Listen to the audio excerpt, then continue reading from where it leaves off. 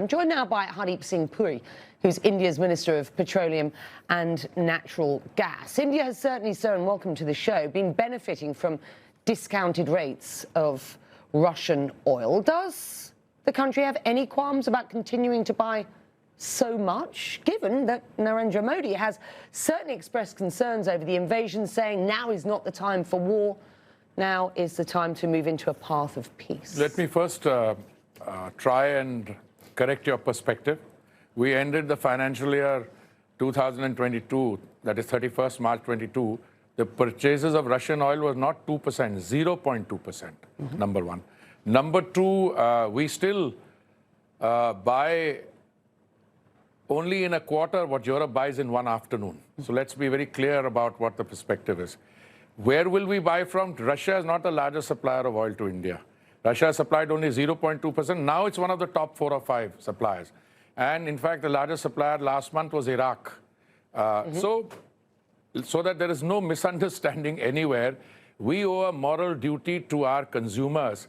We have 1.34 billion population, and we have to ensure that they are supplied with energy, whether it's petrol, diesel.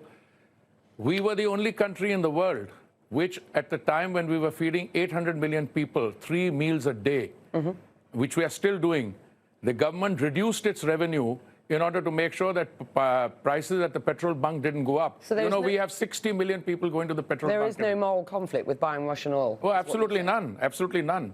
There is no moral conflict. I mean, somebody wants to take an ideological position. Well, but we don't buy from X or Y. We buy whatever is available, and I don't do the buying. It's the oil companies who do the buying. Let's be quite clear about this. India is a backdoor into Europe for Russian oil at the moment. You're talking about the... Hang on, let me just finish. You're talking about the oil that comes in and is used for, and you say there's no moral issue with this, in providing energy for 1.4 billion people. But let's be quite clear. Russian oil is imported, it is refined, and then it is exported to Europe, sir. That was done by some private sector companies, not by the OMCs.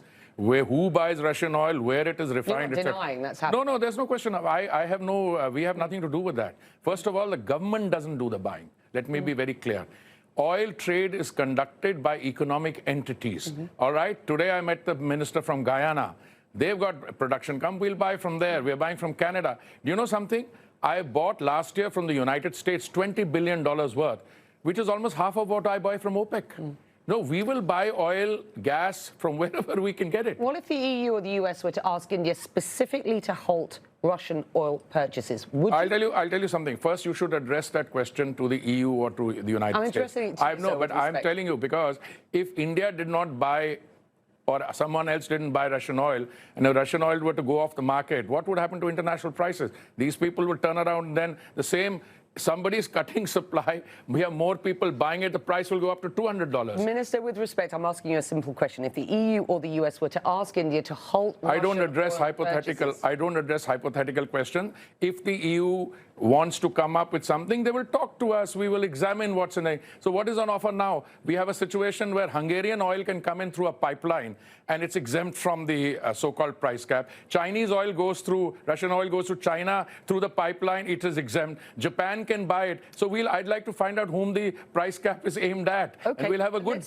robust discussion on that. Because does India have a backup plan should the West tighten sanctions on Russia? First of all, we have many backup plans, first of all, and I don't look at the way you are looking at it. We have had healthy discussions going on with the West, the United States, and the Europeans. I think this is something you're creating in a TV studio. No, that's not fair. That's not fair. Well, you know the narrative is out there. I am just crossing. I have just come back from the United States. Do you know what happened in my bilateral discussions with me? No, I don't have to. It's privileged conversation. But I don't feel, and I've said on record, not only now to you, Andy, but to you earlier and to we don't feel any pressure. Modi's government doesn't feel the pressure.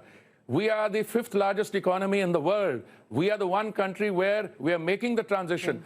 transition, when you have increases in oil prices, they have consequences. One of the consequences is there'll be inflation and recession. But one of the consequences is we'll make the transition to green energy just that much faster. And I want to talk about that. But before I do, let me just press you a little further. Will India cooperate with G7 attempts to cap the price of Russian seaborne oil exports? I'm surprised that you're fixated on a proposal which has not been fully spelled out, number one. Number two, India will examine it. India will respond according to its supreme national interest. And I'm telling you, we will take a view and we will discuss it with everyone. So, and I'd be happy to come back to you and tell you what our response is. Okay. All right. Well, I'll hold you to that if I can, sir, with the greatest of respect. Let's get back to Dr. Sultan's comments earlier on today, who is the head of the National Oil Company here. He's also the Special Envoy on Climate. And I started this part of the show by discussing the fact that this is a country that has embedded energy diversification in its economic growth story, originally reliant on oil and gas profits. And of course, you know, this is a good time for oil and gas prices, but has a story of energy diversification going forward. Let's just have a listen to what else Dr. Sultan had to say today at the meeting that you're at. The world needs all the solutions it can get. It is not oil or gas or solar or wind or nuclear or hydrogen. It is oil and gas and solar and wind and nuclear and hydrogen. It is all of the above. That was Dr. Sultan speaking earlier today at the conference that you have been at. And I know that there is an inordinate amount of, well, not inordinate, I mean, a huge amount of bilateral trade between India and the UAE, and that's a really burgeoning story.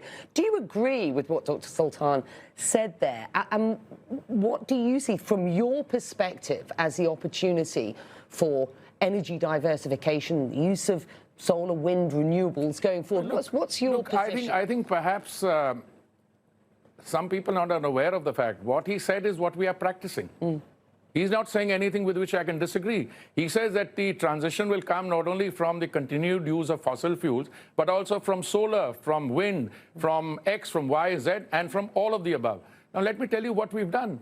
We are the one country in the world which has demonstrated that we can bring the cost of solar down. We brought it from 25 cents down to 3 cents.